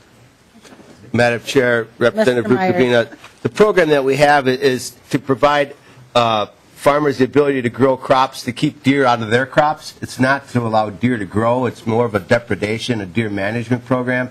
And then the harvesting of those deer would be dependent on where they're at and what the land was and things like that. It's not with the intention of shooting deer over cornfields. Representative Rukavina, I hope that this is really important to you. Well, Madam Chair, I'll have this argument on the floor. I'll withdraw this one. I can see it's going nowhere. But Mr. Myers danced around that question. The fact of the matter is the DNR uses these poor, guys in the audience who are going to have to deer hunt because there's no work for them, and you're lowering their wages. And I'm trying to help them. And Mr. Myers is using their deer license to pay farmers to grow corn, and there's no law that says that farmer can't shoot the deer in the cornfield he got paid to grow. That is a fact. And if that is a fact, and he's not denying it, I don't understand why my constituents can't put some crab apples out in the woods, and hopefully a deer will come by and eat the crab apples. That's all. And look at these guys. They're starving. A lot of them are skinnier than heck. So I'll withdraw the amendment, but I think the public's on my side on this one. Representative Anderson, did you still want to speak to this? Or? Okay. Representative Rukavina, you have 2 more lovely amendments, I'm sure. Which one would you like to take up next? I'll take up the Wolf Advisory Group membership because this is a very good amendment. And I have a constituent who was on the Wolf Management Roundtable when we first discussed lifting the Endangered Species Act on our wolves in Minnesota, and a lot of people spent time at that time discussing what we should do in the trapping and hunting, etc. And I think that they should be given first chance to be on any type of advisory group that may be created because of the proposal in this bill that we're going to have a wolf season and a trapping season on wolves. In fact, my constituent who was on this is both a trapper and a hunter and has the expertise I think that the DNR would like to have. So that's the amendment. I appreciate your support, and that has nothing to do with deer baiting. Thank you. Representative Hackbarth. Well, Madam Chair, I did talk to Representative Rukavina about all three of these amendments, and I do not support this amendment. There's no advisory group in the bill whatsoever that has anything to do with wolf hunting, so I would oppose the amendment. All right, members, any questions for Representative Rukavina? Would you like to renew your motion, Representative Rukavina? I would, Madam Chair, just in case there is a committee. All right, all those in favor of the A120858 amendment say aye. Aye. Opposed, nay. No. Your motion Madam Chair, my last amendment I'm going to withdraw, but I have to make a point here. And Representative Hackbarth actually told me that he would stay out of this one. Members, you know, when we leave, the bureaucrats, and the best argument, while I have an audience, against term limits is the fact that once we leave here, the bureaucrats do what they want. And, you know, I've been trying to get Mr. Meyer's attention on an issue, on a weed issue in one of the lakes that's in my district. They have a terrible, terrible weed problem. And, you know, I didn't get his attention, and I didn't really hear anything, and I had to keep pestering him.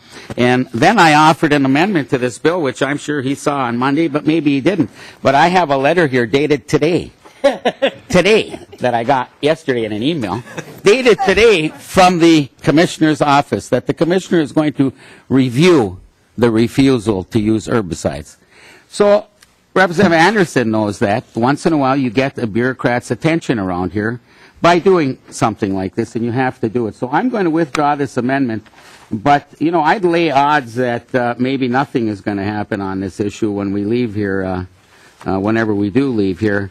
And members, you know, the DNR and any other state agency, well, it is in the executive branch of government, exists because it's created in law by the legislature. And regardless of what happened yesterday with my one constituent amendment, I think we all got elected to stand up for our constituents when there's unfair things going on. And I did it yesterday, and that's what I was trying to do today. But I'm going to withdraw it and give the Commissioner's office a chance on my letter dated March 28th, when my first contact was February 14th. And it kind of was just ignored, but I'll kind of yield to my better judgment and let the executive branch try to resolve this without legislative action. But again, to reinforce what I'm saying here, and members know it, sometimes you got to give somebody a little kick in the butt to get their attention. And I guess I got it now for the time being. So. Thank you, Representative Rukavina. Representative Wagenius. Yes, thank you, Madam Chair. Representative Rukavina. I would respectfully ask that you not use the word bureaucrats in this context, but go back to the phrasing you were using during the prevailing wage argument, and I think that was hardworking public employees. Representative Rukavina. And 99% of them are, but there's 1% that are bureaucrats. So in this case, I'm directing it towards them. Thank you for the clarification, Representative Rukavina. All right, any additional questions? Representative Breinhardt. Thank you, Madam Chair. Representative Hackbarth, because I haven't heard this bill previously, I'd just like to ask for some clarification around the question of raising fishing fees, fishing license fees. I've had a large number of constituent contacts, including organized sports groups, supporting that, and I don't see it addressed here, so I'd like you to at least give us your summary of that discussion. Representative Hackbarth. Thank you, Madam Chair, and Representative Breinhardt. We are discussing that issue. I do have a bill that's been introduced to take care of that issue. It is moving in the Senate. We're still discussing it behind the scenes, trying to figure out how much we're going to raise fees, where it's going to be at, what bill we're going to add it to, those kinds of things. So that's all in the process. The Senate has combined 3 of our environment bills into one, and we're not sure how we're going to handle that situation over here, and we're still negotiating with the Senate on some of those strategies on how we can make all that work. Representative Reinhardt. Thank you, Madam Chair. So I'm assuming that you're open to this possibility. At least I'm hearing that you're carrying a bill, that this has the potential to move yet, and I could respond to my constituents that it's still on the table. Madam Representative Hackbarth. Representative, that's correct. Representative Guinness, did you have another question? Well, Madam Chair, if that is still on the table and we are moving along in this session, can I assume that if the fees are raised, it will come before this committee first? Madam Chair? Representative Hackbarth. Thank you, Madam Chair. Representative Wagenius, I don't know how we can make it work. It may come before this committee. Maybe we'll send the bill to rules and then it'll be here. I'm not sure. That's exactly what I was stating is we're not sure how we're going to make that work. They did move forward with it in the Senate. There's a number of different ways we can make that happen. We can amend my bill as an amendment to this bill or to some other bill. We're not exactly sure how we're going to make it work. Those are part of the discussions right now. Representative Reinhardt. Okay. I'm sorry, Representative Wagenius. Well, my question really was for you to know if we do raise the fees so that we do have an opportunity to. I mean, I'm not opposed to them, but I just think that appropriately they should come before this committee. I don't know what's going to happen on the floor. I mean, if there's a floor amendment to a bill and they go on or whatever, historically you wouldn't really move that back through Ways and Means if it's the will of the entire body. If Representative Hackbarth has another bill that he wants to move that's sitting in this committee or Representative McNamara's committee through moving it through rules into here to carry fees, I certainly would give him a hearing on that as well. But sometimes it's a little hard to predict around here exactly what's going to happen. Representative McNamara. Thank you, Madam Chair. And just to clarify, we did have a hearing in Environment Committee on a couple of different fee bills. Representative Hackbarth, Representative Hansen had a bill. We did have a hearing. We did not take a vote on it, but we did have a hearing. All right. Any additional questions on Representative Hackbarth's House File 2171? Seeing none, Representative Hackbarth, would you like to renew your motion? I'd renew my motion, Madam Chair, that I recommend House File 2171 be recommended to pass and be placed on the general register. All those in favor say aye. Aye. Opposed, nay. No. Motion prevails. Thank you, Representative Hackbarth. As Representative Gunther, House File 1787. I don't know if the pages can go look for Representative Szymanski. Welcome to the committee, Representative Gunther. Thank you, Madam Would you like Chairman. to move your bill? I would like to move House File 1787 to pass and be sent to the floor. All righty. Madam Chairman and members, there's an amendment, H1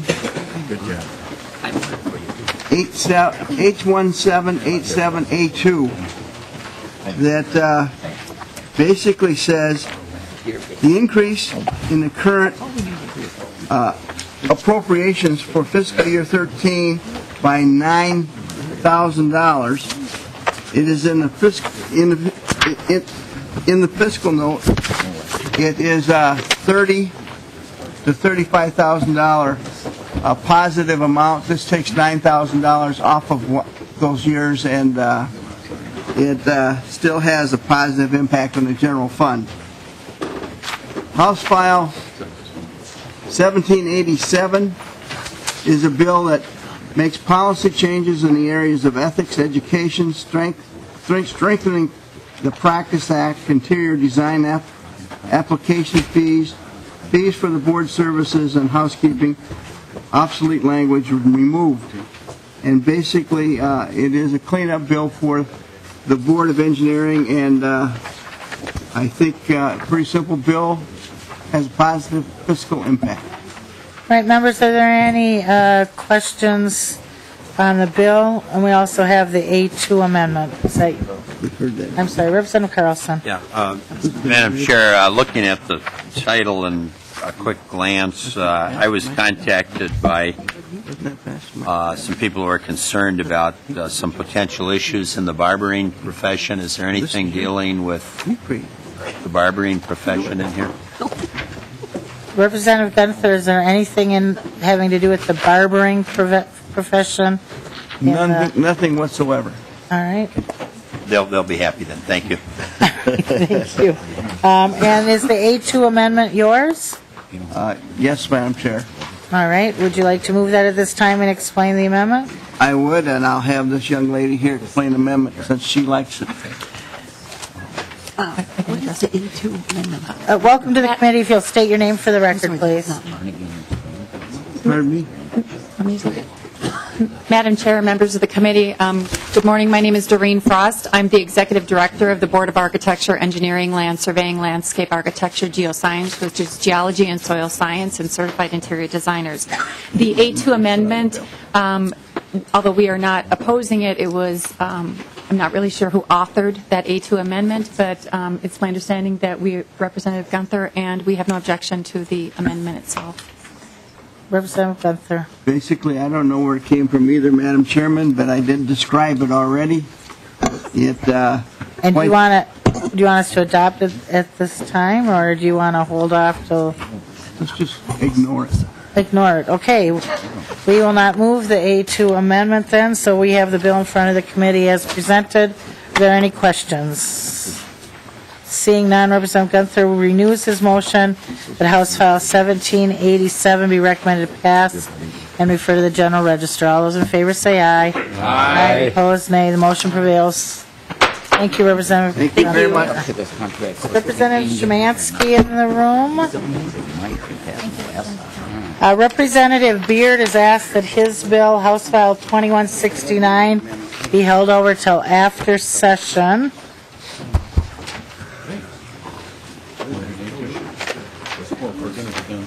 Madam Chair, if it's going to be the only bill after session, I'd hate to wear that collar. Actually, no, we're going to have about 5 or 6 of them after session. So either Representative Anderson or Szymanski are available. Representative Anderson, I'm sorry, I didn't see you back there. Welcome to the committee. I will move House File. Actually, we had problems with the numbers before. Let me get the ag policy bill. 2390. Is it that right one? Okay. We moved your bill earlier today by mistake. So, all right. I will move House File 2398 for consideration by the committee. And then there is A19 amendment. Is that your amendment? Madam Chair, yes, that's my amendment, and I do have an oral amendment to my A19 amendment, Madam Chair. Oh, really? All righty. And the oral amendment to your A19 amendment, please. On line 1.6, change the number 125,000 to 150,000. 125 to 150,000. Members on page 1, line 6, delete 125,000, insert 150,000. I'll incorporate that into the A19 amendment. Representative Anderson, if you'd like to explain the amendment. Thanks, Madam Chair. This is a program authorized in the 2010 special session for flood relief and mental health services to the county's declared disaster areas in southeast Minnesota.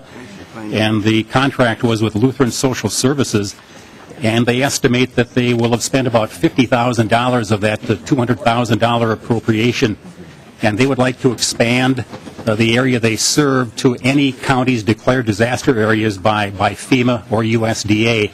And their estimation is that they have $150,000 left of that 2010 appropriation and would like authorization to spend that in the rest of the biennium in an expanded area to provide services to others who may need it.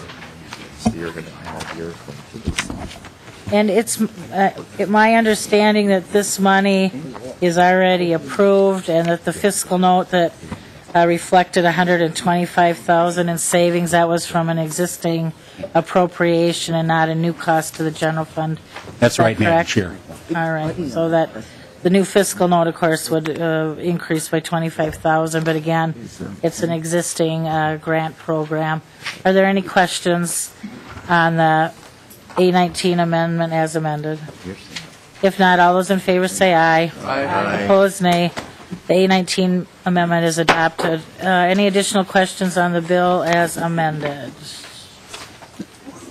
Nobody? All right. I will renew my motion that House File 2398 as amended be recommended to pass and referred to the General Register. All those in favor say aye. Aye. Opposed, nay. Motion prevails. Thank you, Representative Anderson. Thanks, Madam Chair and members. All right. Members, if you'll take your green file for Representative Beard's bill and stick it back in your brown file, then we won't have to repack those for this afternoon. And any word on Representative Szymanski? All right. Members, why don't we take a 10-minute break? We will reconvene at 10:20.